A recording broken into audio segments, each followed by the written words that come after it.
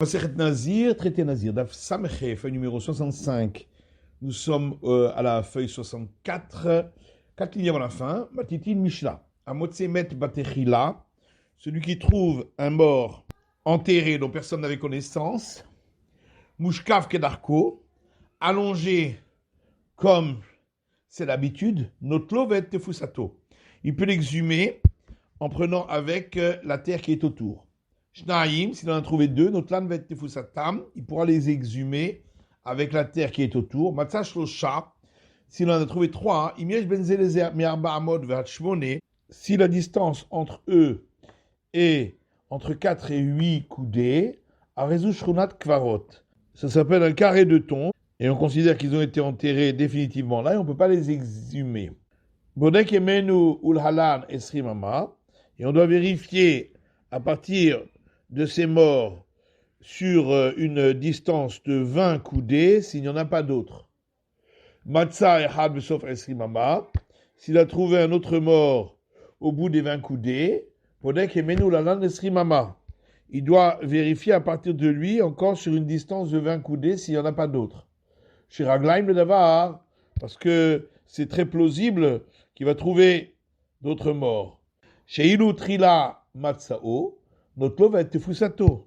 Alors que s'il avait trouvé ce mort-là au tout début, c'était donc un mort isolé, il aurait pu l'exhumer avec la terre qui est autour. Gmara, Amar Ravuda dit, Matza, la Mishnah dit s'il a trouvé, Pratle Matsui, on exclut le cas où il était connu. Met, la Mishnah dit un mort, Pratle Haroug, c'est pour exclure le cas où il avait été tué. Mushkav, la Mishnah dit s'il était allongé, Prat Yoshev, à l'exclusion du cas où il était assis. Kedarko, la Mishnah poursuit en disant, selon son habitude, Prat le Sherosho Munar Ben Rechotav, c'est pour sur le cas où sa tête est posée entre ses cuisses. Tanerola Bar Hanina, Oula, fils de Hanina, a rapporté une braïta, Met Shechasser, Elot Fusa, Velo Shrunat Kvarot, un mort dont il manque un morceau où du sang a coulé. On n'a pas besoin de prendre la terre qui est avec lui et il ne s'associe pas avec deux autres pour un carré de tombe. Et on applique effectivement cela à celui qui a été tué.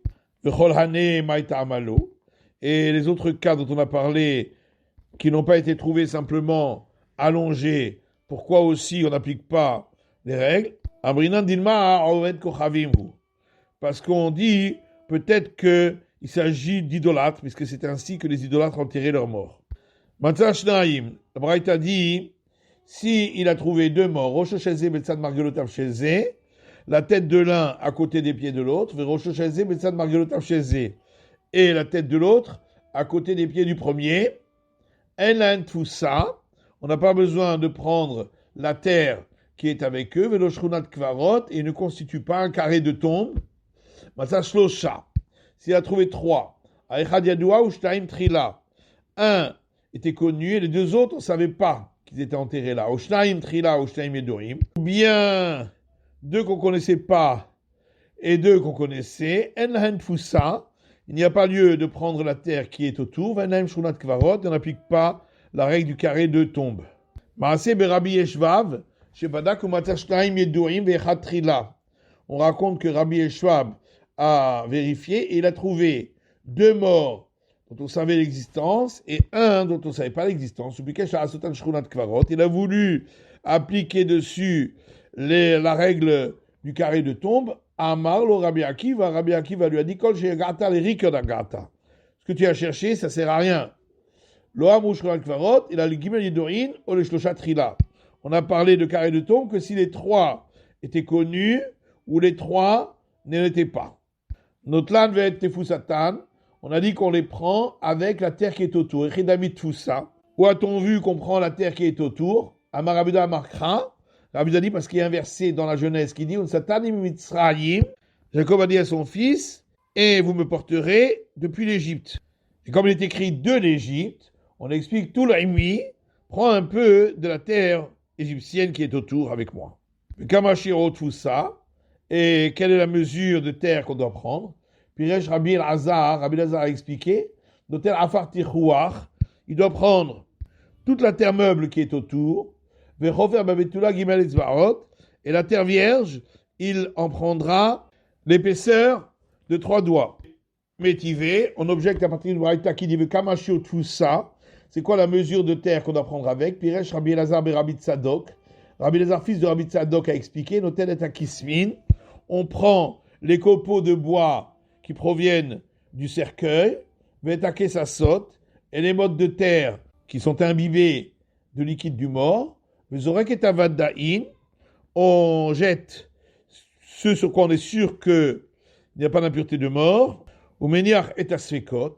Et on enterre de côté tout ce qui constitue un doute, le HA et le reste, le Rob Binyano Shenmet, s'associe pour constituer la majorité de la structure de base du mort, ou le Rova Atsamot, ou la mesure de volume d'un Rova d'ossement, le Malet Arvad Rekev, ou la mesure d'une pleine cuillerée de poudre de mort qui s'est dégradée. Et donc dans cette braïta, on ne dit pas qu'on doit prendre en plus un peu de terre vierge, comme dans la première. Et l'Agmara dit, ou Marki Haïtana, l'auteur de la première braïta, a dit comme cet auteur de cette braïta-là, des Tanya, car il y a une braïta qui dit, Vekamashio tout ça, combien c'est la mesure de la terre qu'on doit prendre avec, Amar Rabbi Yochanan Mishum Ben Azai, Rabbi Yochanan, au nom de Ben Azai, dit, Notel Afar Tichouar, on prend toute la terre meuble, Vechofer Babetula, Shalosh Ezbaot, et on creuse dans la terre vierge l'épaisseur de 3 doigts. Bodek et Menou, on a dit qu'à partir du moment qu'on a trouvé, on doit vérifier sur une distance de 20 coudées. Amar Rava, Rava dit, Badak ou Fana, s'il a trouvé un mort et il l'a exhumé, Badak ou Fana, puis il en a trouvé un deuxième et il l'a exhumé, Badak Vashkar, il a trouvé ensuite un troisième. Bien qu'il y en a à présent 3, Lohaim Fanele Gabehanar Tere, il n'a pas besoin d'exhumer le troisième pour l'enterrer avec les 2 premiers. Velohan Etre le Gabehayhad, et il n'a pas besoin de ramener les 2 premiers là où se trouve le troisième. Ikadamri Amarava, certains disent, Rava dit, Kevan Shenetna Reshut les Fanot Mefane les Hon. À partir du moment où on avait donné pour le premier l'autorisation de les exhumer, il pourra exhumer même le troisième. Mais les Juifs Shrunat Kvarot, pourquoi on ne considère pas qu'il s'agit donc d'un carré de tombe qu'on ne peut pas exhumer? Amarei Shlakish répond, Ila Matzou Vetihaur et Israël. Ils ont trouvé un prétexte pour permettre de purifier la terre d'Israël. Badak Me'eskim Ama Velo Matzah. S'il en avait trouvé 3, et ensuite il a vérifié sur 20 coudées autour et n'a rien trouvé, Maï, qu'est-ce qu'il en est? Amar Amenash Yabar Yermia Amar Rav, Amenash fils de Yermia dit au nom de Rav, Shrunat Kvarot. Il s'agit quand même d'un carré de tombe. Maïta Amar, et pourquoi on ne demande pas de vérifier encore plus loin? Amar Reshakish Reina Matzou Vetiarouet Eret Israël. Reshakish dit, on a trouvé ainsi une justification pour permettre de considérer la terre d'Israël comme pure. Matiti, une Mishnah suivante. Kol Safek Negaim, chaque fois qu'il y a un doute sur les plaies de lèpre, Mitrila Tahor. Si c'est au départ, alors que jusqu'à présent c'était pur, on lui donnera le statut de pur. Acheniskak le Touma. Ça c'est tant qu'on ne lui avait pas donné le statut d'impur. Micheniskak le Touma. Mais si on lui avait déjà donné le statut d'impur avec certitude, Sveko Tamé. Maintenant il y a un doute si il est devenu pur, il restera impur. Gmara, Mana Anemile.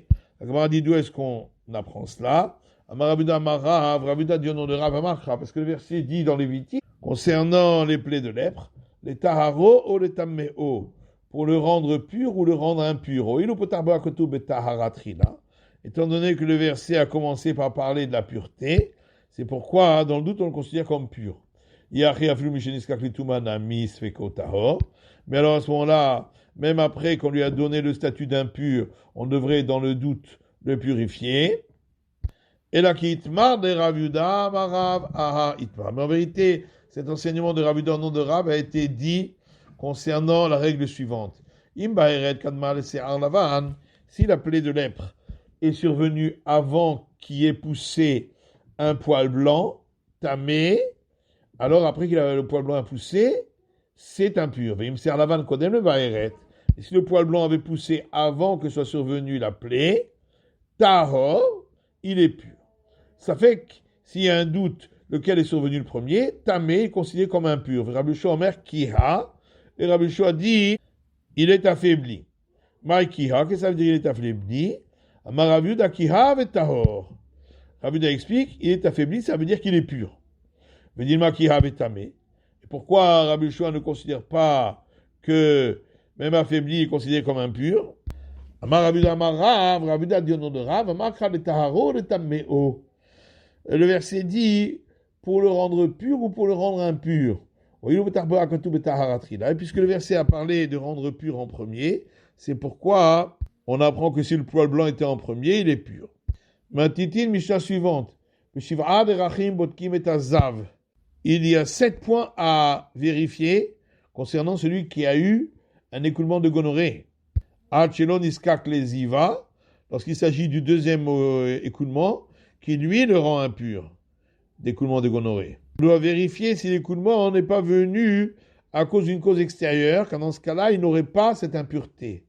Et donc, il faut vérifier Bema'achal, s'il n'avait pas trop mangé, ou Bemishté, ou pas trop bu, Bemassa, ou s'il n'avait pas porté une charge trop lourde, ou Bikfitsa, ou s'il n'avait pas sauté, ou Becholi, ou s'il n'était pas malade, ou Bemar'e, ou s'il n'avait pas vu quelque chose qui l'aurait excité, ou Behiro, ou s'il n'avait pas eu une pensée qui l'aurait excité.